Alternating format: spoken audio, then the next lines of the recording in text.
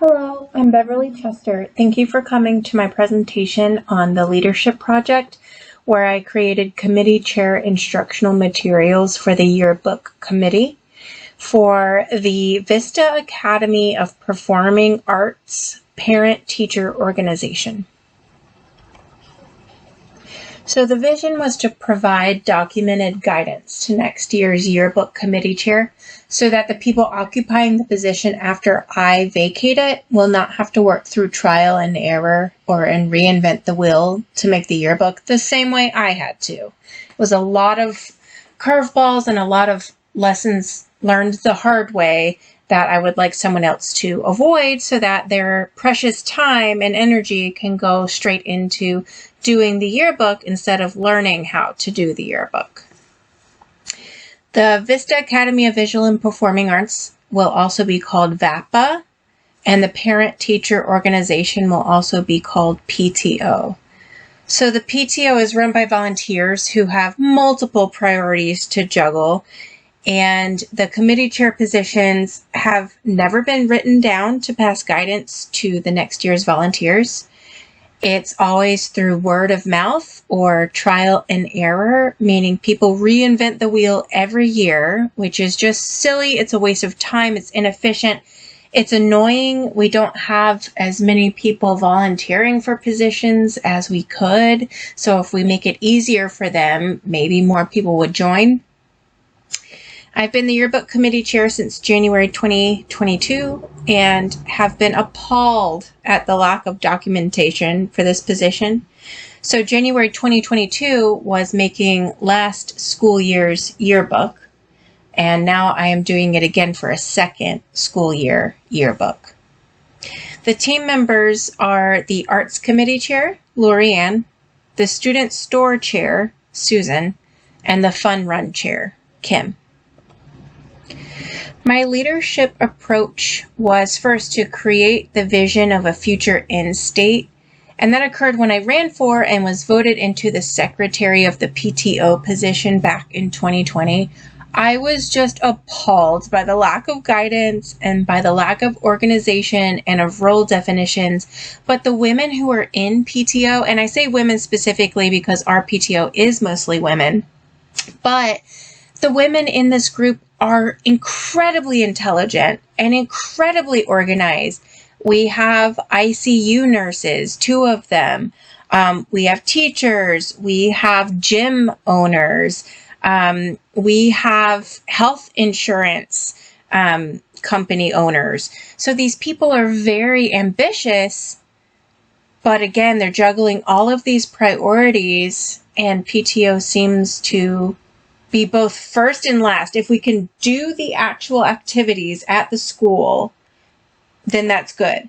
But anything beyond doing the activity, such as writing down guidance about the activity, that falls to the wayside. So leadership as a trait or skill, I consider myself an action taker. I am often one of the first to act when I see there's something that needs to be done. Leadership as a behavior, this project required many multi-step tasks to complete, and so leadership as a behavior was being able to take those tasks and lead to each one of those. And leadership as a relationship, because this group is made of all volunteers and we act differently with each other than what you might experience in a paid workplace. So relationship building is first and foremost when it comes to volunteers. My leadership approach and style is basically because the PTO is parents who are unpaid for their work in this position. It has to be more relationship-based and democratic style of leadership.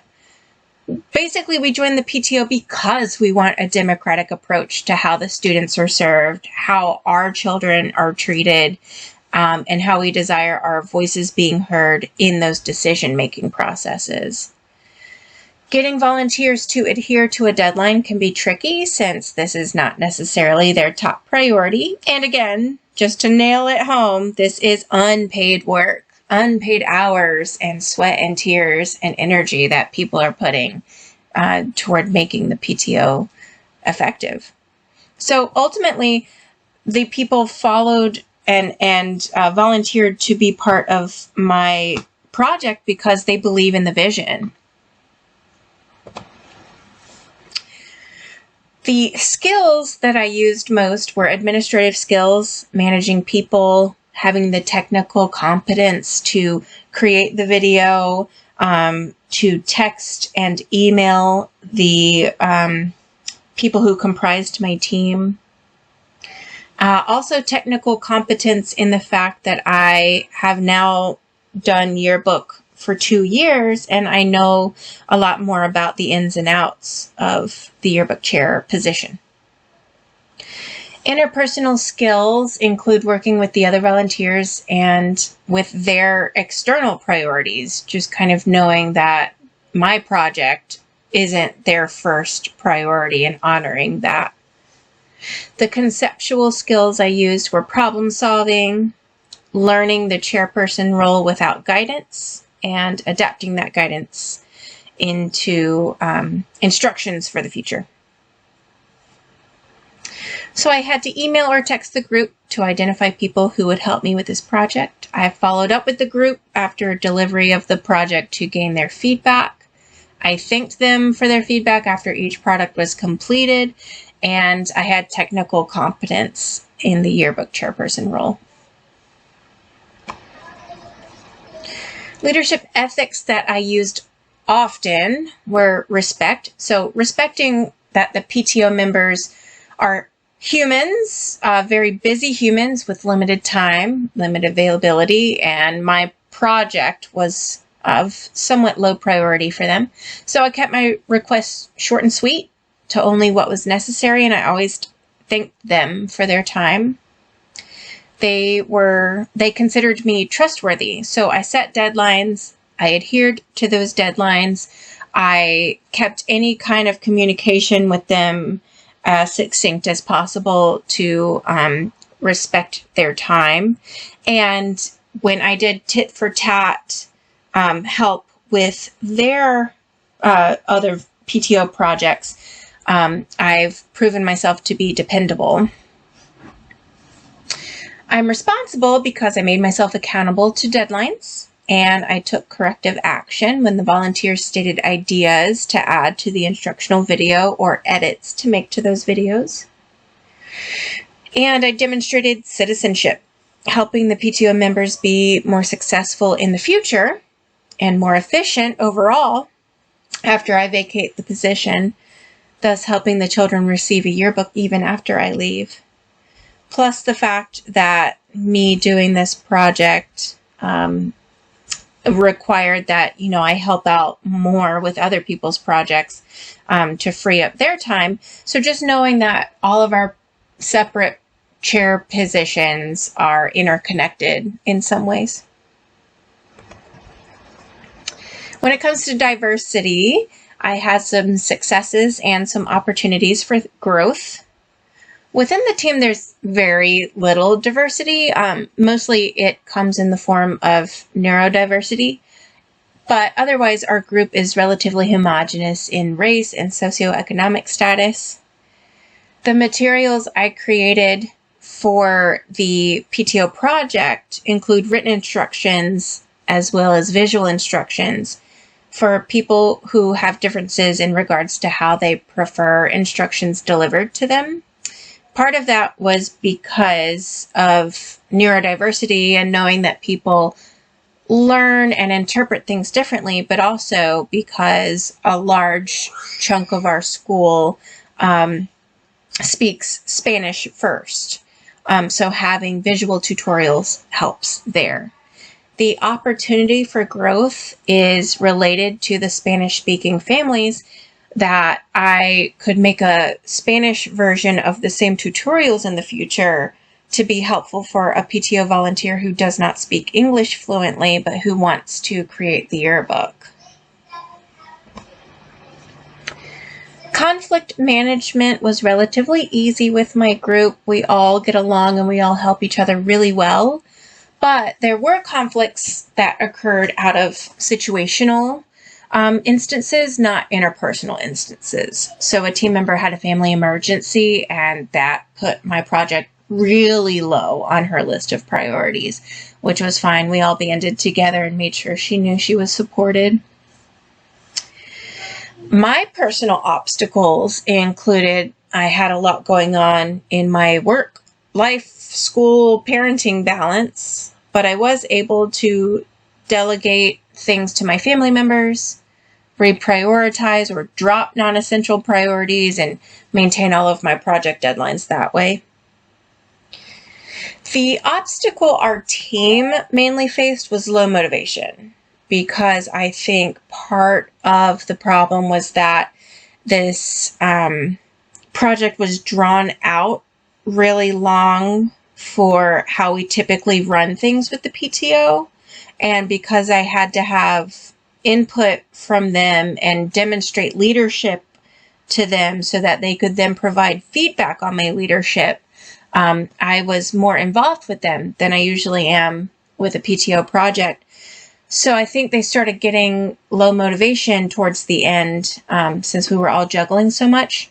But my grade in this course was an incentive for myself, and my team members believed in the vision. So we eventually did get through it, and I, again, helped tit for tat on their projects to free up some of their time.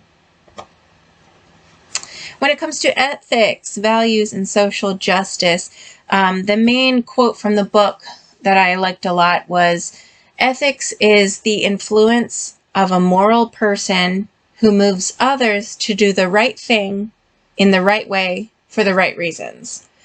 So putting that into terms related to my project, the right thing is helping the PTO create position tutorials to make the rules easier. We don't have that. We need that. It's the right thing to do. Doing it the right way means cohesively with group input, asking people to edit your materials for you to make sure that it's understandable in a lot of different ways by a lot of different people, and with visual and verbal instructions to help guide others who may think differently or understand instructions differently than you do. And for the right reasons means to make the position easier for other busy parents who want to join the PTO and make the school a better place and give the kids a yearbook even after I'm gone. So it's selfless. It's not about me. It's about the school, and most importantly, about the students. In self-reflection, I got great feedback from all the group members. They were wowed by my ability to make a video, and I'll drop the YouTube link to my video in the discussion post as well. But they were just wowed by it. They think that all positions need to have this kind of instructional tutorial. And I agree with them. That's one reason why I did it. I was appalled by our lack of organization there.